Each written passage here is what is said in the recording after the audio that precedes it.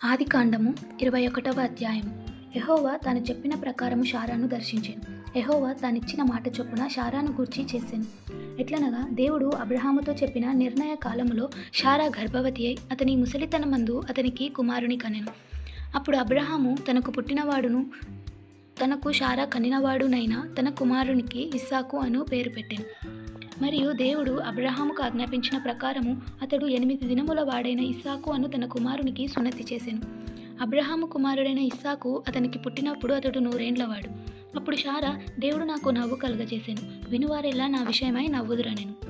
మరియు శారా పిల్లలకు స్తనమిచ్చునని ఎవరు అబ్రహాముతో చెప్పును? నేను అతని ముసలితనమందు కుమారుని కంటిని కదా అనెను. ఆ పిల్లవాడు పెరిగి పాలు విడిచెను.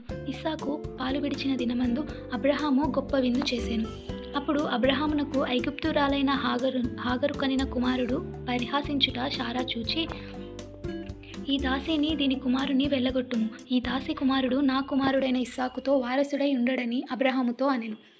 అతని కుమారుని బట్టి ఆ మాట అబ్రహామునకు మిక్కిలి దుఃఖము కలుగచేసెను.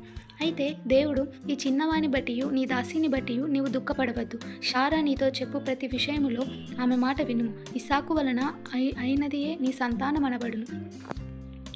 అయినను ఈ దాసి కుమారుడును నీ సంతానమే గనుక అతని కూడా ఒక జనముగా చేసేదనని అబ్రహాముతో చెప్పాను. కాబట్టి తెల్లవారినప్పుడు అబ్రహాము లేచి ఆహారమును నీళ్ళ తిత్తిని తీసుకొని ఆ పిల్లవానితో కూడా హాగరునకు అప్పగించి ఆమె భుజం మీద వాటిని పెట్టి ఆమెను పంపివేశాను. ఆమె వెళ్ళి బెయేర్షెబా అరణ్యములో ఇటూ అటూ తిరుగులాడుచుండెను. ఆ తిత్తిలోని నీళ్లు అయిపోయిన తరువాత ఆమె ఒక పొద క్రింద ఆ చిన్నవాణ్ణి పడవేసి, ఈ పిల్లవాణ్ణి చావు నేను చూడలేనని అనుకొని వింటి వేత దూరము వెళ్ళి అతనికి ఎదురుగా కూర్చుండెను. ఆమె దూరంగా కూర్చుండి ఎలుగెత్తి ఏడ్చెను. దేవుడు ఆ చిన్నవాని మొరను వినెను. అప్పుడు దేవుని దూత ఆకాశము నుండి హాగరును పిలిచి, హాగరు, నీకేమి వచ్చినది? భయపడకుము. ఆ చిన్నవాడున్న చోట దేవుడు వాని స్వరము విని ఉన్నాడు.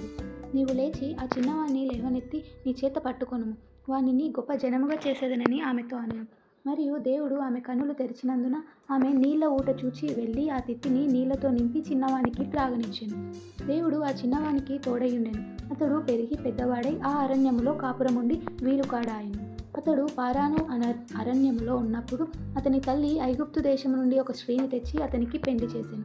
ఆ కాలమందు అబీమెలెకును అతని సేనాధిపతి అయిన ఫీకోలును అబ్రహాముతో మాటలాడి, నీవు చేయు పనులన్నిటిలోనూ దేవుడు నీకు తోడయున్నాడు గనుక నీవు నన్నైనను నా పుత్ర పౌత్రాదులనైనను వంచింపక నేను నీకు చేసిన ఉపకారము చొప్పున నాకును నీవు పరదేశివై ఉన్న ఈ దేశమునకును చేసేదనని దేవుని పేరట ఇక్కడ నాతో ప్రమాణము చేయమని చెప్పాను. అందుకు అబ్రహాము ప్రమాణము చేసేదనని. అబీమెలెకు దాసులు బలాత్కారముగా తీసుకొనిన నీళ్ల బావి విషయమై అబ్రహాము అబీమెలెకును ఆక్షేపింపగా, అబీమెలెకు, ఈ పని ఎవరు చేసిరో నేనెరుగను, నీవును నాతో చెప్పలేదు, నేను నేడే గాని ఈ సంగతి వినలేదని చెప్పగా, అబ్రహాము గొర్రెలను గొడ్లను తెప్పించి అబీమెలెకుకిచ్చెను. వారిద్దరూ ఇట్లు ఒక నిబంధన చేసుకొనిరి. తరువాత అబ్రహాము తన గొర్రెల మందలో నుండి 7 పెంటి పిల్లలను వేరుగా నుంచెను గనుక అబీమెలెకు అబ్రహాముతో, నీవు వేరుగా ఉంచిన ఈ 7 గొర్రె పిల్లలు ఎందుకని అడిగాను. అందుకతడు, నేనే ఈ బావిని త్రవ్వించినందుకు నా సాక్షార్థముగా ఈ 7 గొర్రె పిల్లలను నీవు నా చేత పుచ్చుకొనవలనని చెప్పాను.